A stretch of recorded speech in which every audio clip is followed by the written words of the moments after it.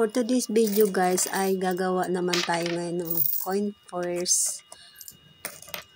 So sundan nyo lang ang aking video hanggang ito ay matapos para may matutunan kayo sa aking bagong tutorial. So kailangan natin ng tela na may haba na 20 inches at may lapad na 6 inches kasama yung lining tsaka isang zipper.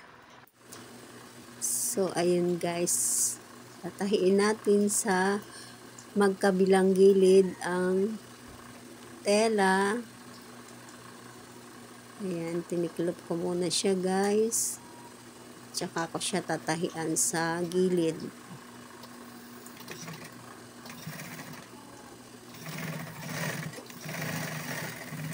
So, magkabilaan lang guys. Kabilaan lang yung aking tatahiin.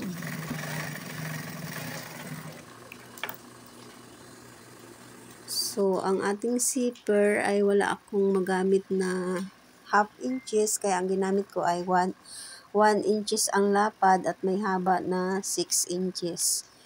Tatapat lang natin yung gitna ng zipper at gitna ng tela. Saka natin siya tatahian sa may dulo. Yan, ilak muna natin siya. Then, ikutin. Tahian ng diretso. Kailangan pantay yung pagtahi mo guys doon sa dulo. Para pag open natin mamaya ay pantay lamang yung laki ng tahi niya. So, ayan guys. Sa kabila naman na dulo, ilalak lang natin siya.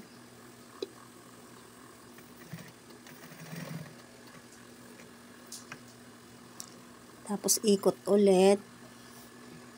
Kabila naman ng zipper. Papasadahan natin ng tahi hanggang doon sa dulo. So, ayan guys. Tapos na, nilak ko lamang yung dulo ng zipper para hindi siya mag-lislis. So, ginupit ko yung sobra. So, ayan, ibabaliktad na natin siya guys. So, ganun lang kadali guys.